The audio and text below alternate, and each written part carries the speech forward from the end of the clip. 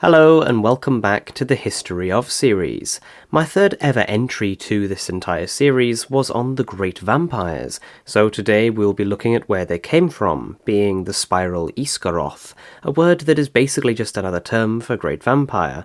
So what was their universe like? Why do they want to take over N-Space so badly? Let's find out from the very limited information that we have.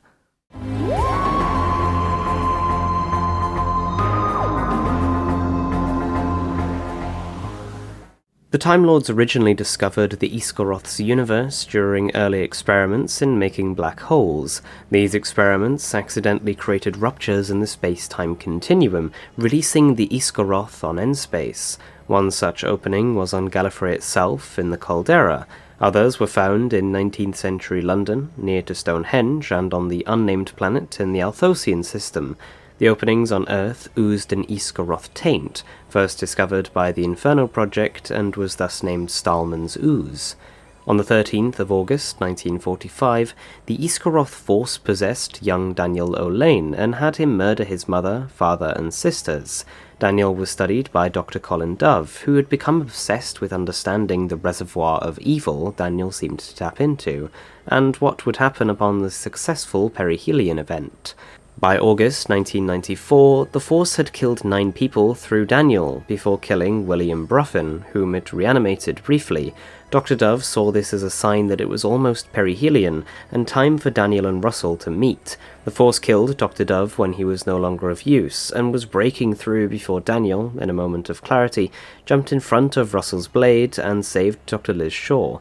Daniel's death meant that the Force could not be unleashed. The Force still had a connection to the physical world, however, as shown through a psychic connection between Russell and Patient 1.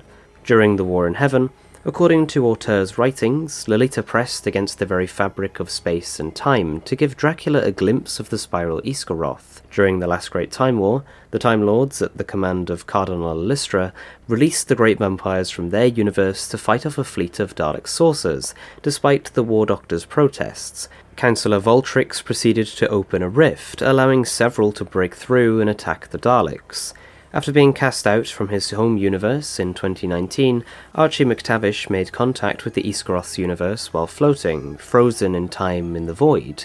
He made a deal with the Yssgaroth entity, which helped him return to his universe to work on a ritual in time for the next perihelion, one that would open a full gateway between the two universes. On the night of the ritual, it began to break through. The Yssgaroth mentally transported Azaka Dixon to its universe to break his will and scare him into submission, but was unsuccessful. Ultimately, P.R.O.B.E successfully interrupted Archie's ritual, closing the gateway and preventing the two universes from fully colliding. While explaining the Council of Frogs system for designating names to universes, Abratha Janus Khalifa mentioned that the mouse, being Mickey, got there first, hence the term Prime Universe and then the Shambler second. The Book of the War described the Spiral Yssgaroth as an ultimata state whose structures and protocols were completely hostile to those of the Spiral Politic, being N-Space. It further speculated that the Yssgaroth entity, or entities, were simply side effects of the collision between the Spiral Yssgaroth and N-Space, and the Yssgaroth were simply the Time Lords and lesser species projections of their fears onto areas of hostile anti-structure. Other sources, however, instead speculated that the warped Yssgaroth creatures who crossed over onto Gallifrey were mutated versions of the parallel worlds equivalents of the Time Lords. The terrain appeared to be mostly desert. The universe had unusual proportions and distances, making travel even more difficult. There were many settlements of suffering humans, who were generally used as slave labour. It was the origin of Dream B. Species including humans, ogrons, pteroleptils, the Galk, and Bapuchin had accidentally been brought to the Yssgaroth universe. Other species, such as the Kun, were either native or just unknown to the Seventh Doctor. Still others, like the Hunters, could naturally travel to the Yssgaroth's universe, to N-Space, and back. The Quantum Harvester believed that the vampires came from a reality founded on death, from which various death gods had originated.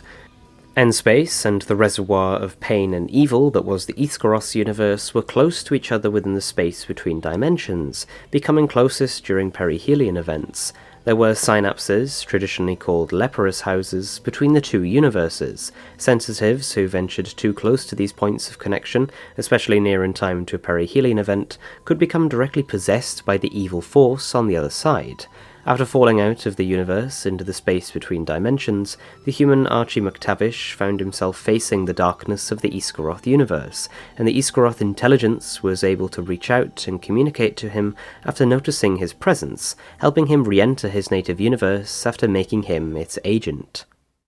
And that was the rather short story of the Spiral Yssgaroth, a universe that seems to be the complete antithesis to N-Space, the exact opposite of everything that the Time Lords tried to build, and so that is likely why they tried to destroy the Web of Time and destroy the entire of N-Space.